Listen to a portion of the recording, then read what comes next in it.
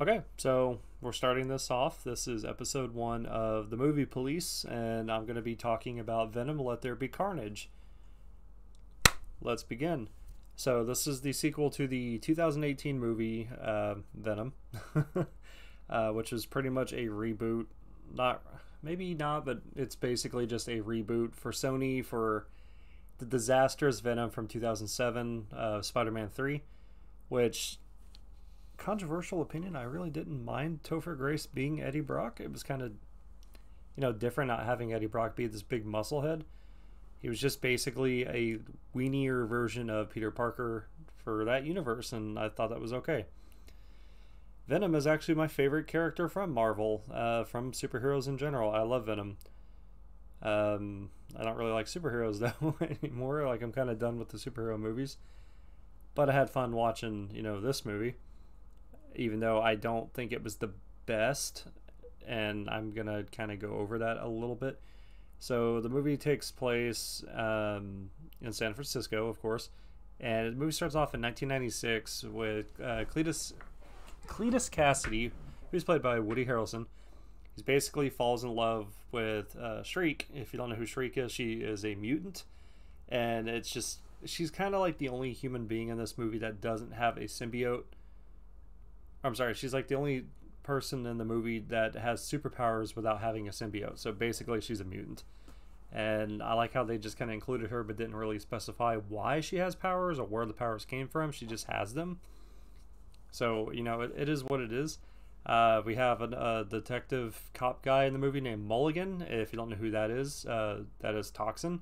Spoiler alert ahead of time for this. In case you haven't seen this movie, don't watch this video now, unless you want to be spoiled, and be perfectly fine with that. But Mulligan is basically Toxin from the comics. I don't know much about Toxin, like, at all, because, like, any of my knowledge outside of Venom for the other symbiotes came from pretty much Ultimate Spider-Man, the video game from 2005, I believe it was. And that's just basically Carnage.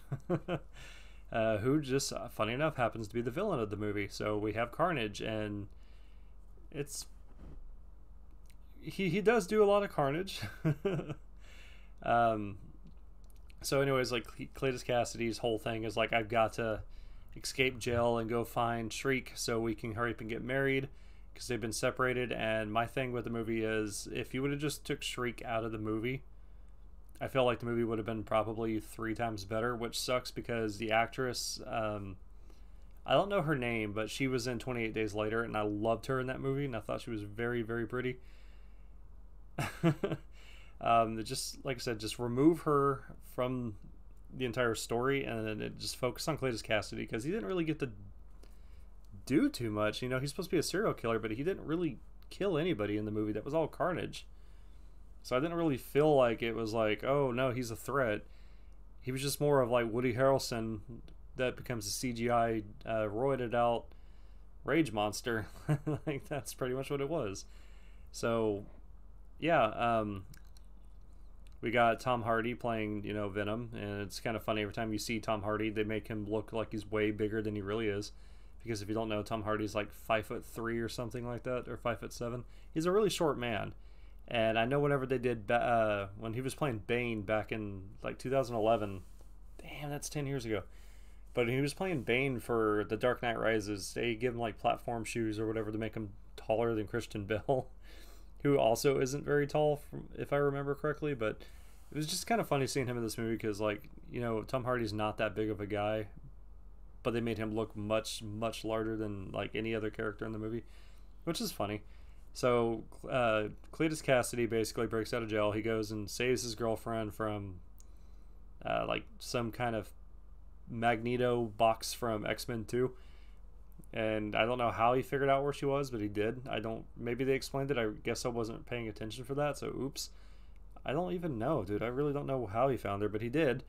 Oh, that's right. He went and, like, beat up this dude, or murdered this dude. I guess he did murder somebody, like, just one, for a serial killer. He's not really being a serial killer, but I guess he, like, killed one dude in a gas station and kind of finger hacked the whole system. Instead of, just using Google, he just like did the dark web shit with Carnage's fingers and was able to hack into the system and find out where his girlfriend was. And then he was like, all right, cool, I found you. How did Carnage know how to do that? I don't know. It just appeared that Cletus Cassidy was able to just know the information ahead of time. So I don't even know why he would use a computer, but he did. So he he goes there, breaks her out during the time where she's getting taunted by this old woman who is like, I guess the warden of the place or whatever. And they get out, and then, you know, she's using her powers or whatever. And it's just ironically enough that one of the two weaknesses that a symbiote has is noise, like loud noise. The other one is fire. And I was thinking in my head the whole time, I was like, yeah, she's gonna kill Carnage, because why else would she be in the movie? Like, why wouldn't she be in the movie? She's literally his Achilles heel. And it kind of played out that way, but not really, and I'm gonna get to that. So like in the movie, Eddie Brock has this whole like, I don't want Venom living in my body anymore. So Venom's like, all right, you know, fuck you, I'm gonna leave, knowing goddamn well that he can't live without Eddie Brock. And it's like every time he attaches to somebody, they end up pretty much dying. And the movie, like I said, the movie was okay. Like, I was actually kind of having fun with it, but there was a lot of moments where I kept rolling my eyes. It was never a moment where I was watching this movie where I had to check my watch, to see like how much longer is this thing. But there was this one scene where Venom goes to like a Halloween party, right? And everyone's just kind of in there, just like, whoa, I love your costume, bro. Even though Venom's like clearly 11 feet tall walking around, his mouth is literally moving when he's talking, and he's drooling everywhere, and everyone's just kind of like, yo, that's some pretty good paper mache skin you got there, dude. And Venom's like covered in glow sticks, and he gets on stage and he's like talking about like stop Asian hate. And I'm just like, oh my god. Because like that's like a political thing that was happening for like, you know, the whole weekend until they found out like, oh, it wasn't actually white people doing it. So I don't know why they had to include that into this movie, because it was just kind of dumb. Because I don't really feel like, I mean, I get it, you're trying to add like social politics or whatever to the movie and like whatever, but San Francisco, I don't think you have to worry about it in San Francisco, in California much less. I don't know. It was just basically a whole like Venom's coming out of the closet kind of thing. I don't know. They just kind of played it off like a big joke where he's like, Mom, Dad, I'm gay. I don't know. And then basically Cletus Cassidy got his powers because he bit Tom Hardy's finger, and whenever he went to go get interrogated for like information or whatever, and that's how he gained the powers of Carnage, was just biting Tom Hardy.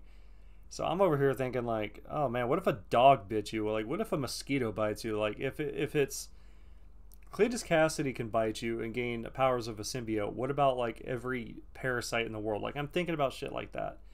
So I'm thinking like, all right, so what if a dog bites you? Like, what if a mosquito or a flea or a tick?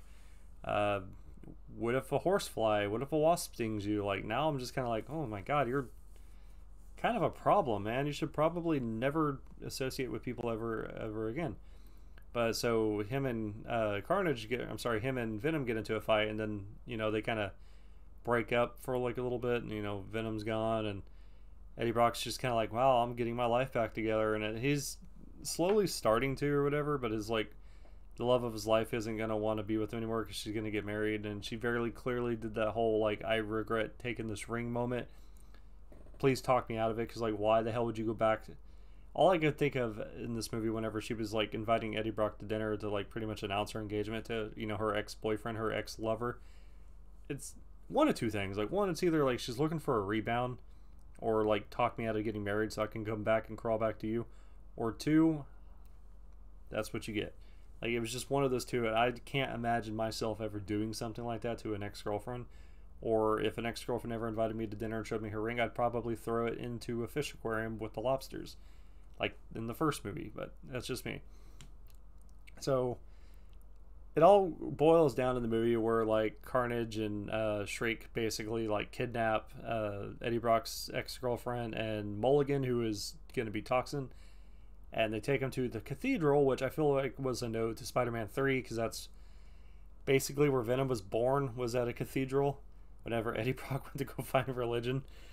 And it's kind of funny. I feel like it was just a big node, you know, because also like Cletus Cassidy's trying to get married at the same time, and then he eats the eats the pastor or the priest, which I'm just kind of like, man. This movie's like trying really hard not to be rated R. It's trying so hard to stay PG-13 just so it could get a wider audience, which is terrible because it's like one of those movies like Deadpool deserved having an R rating because it's, you know, fucking Deadpool. In this movie over here, it's like Carnage, Cletus Cassidy, it's a serial killer, and it's a serial killer symbiote. They deserve to be rated R. And we're not getting that. We're getting, you know, rated PG-13 Carnage. So anytime somebody dies, you don't even see their dead bodies. It's a quick, you throw it away really quickly before you can even see, you know, the cut off head or whatever. Because that's all they keep trying to do in this movie is eat people's brains. Because Venom's going off like, I need to eat human brains or I need to eat chocolate. And I'm sick of eating chocolate. I want to eat human brains. And Carnage naturally has the same thing. So they get into this big CGI monster fight and Venom's just kind of like, oh, we're going to fucking die because that one's a red one. Like, I don't know what the difference is or why that matters. It doesn't really explain it in the movie because there's like a lot of moments where it doesn't explain anything. So it's just kind of like, okay. But at the end of it, it's a big monster mashup fight. And it's definitely better than whenever he fought Riot in the first movie because that one was just a mess. And funny enough, too, like this movie was actually but it was directed by Andy Serkis. That surprised me. I can't believe that. So they end up beating Carnage at the end of the movie, not exactly in the way I thought they would, but kind of in the way I thought they would, because I figured like Shriek would be the one to kill him. And Shriek kind of like did the noise attack or whatever, which kind of led to his downfall, but it wasn't exactly how I thought it would be. And they both die. You know, Cletus Cassidy, he falls down to the bottom of the cathedral, and the symbiote Carnage is trying to get back to him or whatever, and then, you know, Venom's just like, no, I'm going to eat you. And all I kept thinking about whenever he was eating Carnage was it's going to be like Ultimate Spider-Man where he's going to get the white spider logo across his chest and back. Did not happen. Wasted opportunity. I was just like, damn it, Sony. Why? Why didn't you do that? And yeah, so he eats him, and then Cletus Cassidy is just kind of like, all I ever wanted was a family. And I'm like, bro, you killed your family. Like, it deliberately shows you how he killed his grandmother and killed his mom. Like, and a dog. He killed his dog, and I think he killed his dad too. I don't remember that part, but I think he did. So it's just so cringy, man. It's just so cringy. So he's just like, all I ever wanted was like a family or friendship or whatever, because like I guess he feels like a kinship with Eddie Brock for like literally no reason. Even though they both had symbiotes, but it was just kind of like he felt connected to him before then, for some reason. And then Venom's just kind of like, no, fuck you. So he kills Cletus by eating his brain, like you know, biting his head off really quickly. And I will say this, because it's going to tie in with the MCU. In the mid-credit scene of the movie, it basically goes on to show that Doctor Strange had something to do with it, because I can only tell that because there's like an orange light that looked very similar to Doctor Strange's like little, you know, CGI magic spell thing he does with his hands. And I guess the universes kind of meld together because Venom was literally in the process of saying, us symbiotes know about the multiverse. And as he was in the middle of saying that, the multiverse kind of happens. And then before you even know it, what happens? On the TV, you see Peter Parker is revealed to be Spider-Man. Whoa! It's like that mid-credit scene from Spider-Man Far From Home. It's like apparently these are happening at the exact same time. Funny enough, from different universes. And I just kind of like, so the universes melded together. I guess that would mean that this is now considered an MCU movie. Maybe like farther down the line, but I guess it would now be considered an MCU movie. And that means Venom was the first one in the MCU to say, fuck you. That's kind of cool. I figured like it would have been, you know, reserved for Deadpool, but I guess it just never happened. And also, if you don't miss it, because I kind of missed it at first, and I had to be told what happened, but basically there is a Stan Lee cameo in this movie where he's just on like a magazine cover, and that's your Stan Lee cameo because, you know, he's dead, so he's never going to be in these movies ever again unless it's like a picture or some like CGI portion of it or whatever, which is funny enough because like Stan Lee's last cameo in a Marvel movie at all was actually Venom, I believe. Damn, he's been dead for a couple years now. Holy crap. So Yeah, I mean, like I said, if we would have just removed Shriek because she just kind of existed in the movie just to just exist, I guess. Like she didn't really do much. Like just really, she was just really there for Cletus Cassidy to have someone he wants to get with, I guess. Which I feel like if, like I said, if you just removed her entire character, he could have just been a normal serial killer. Like we could have got more from Cletus Cassidy. So like I didn't care that they were in love. Like that's the thing. Like I don't think anybody did. But yeah, so the universe is now melded. Venom's for some reason has like a hard-on boner for wanting to hate Peter Parker. It doesn't specify, but he's just kind of like this guy. If I had to rate this movie on a scale of 1 to 10, I'd probably give it a 6. And that's just because it was fun to watch or whatever, and it, you know, it is kind of cool when you know the characters. But is it a good movie? I wouldn't say it's a good movie. It's clearly just a big mess. Funny enough, Tom Hardy actually had a lot to do with the producing of the movie, because apparently he's like really attached to the project, and that's interesting. You know, Mulligan, the cop, he kind of gets hurt, and for some reason his eyes turn blue, and you know he's going to become Toxin. But I don't remember him getting ingested with any of the symbiotes. So I don't know how or why that's going to happen the way it is, but I know he's Toxin, so like that's going to happen. That's going to be a thing. But I don't know. Like I said, it wasn't a terrible movie. It was.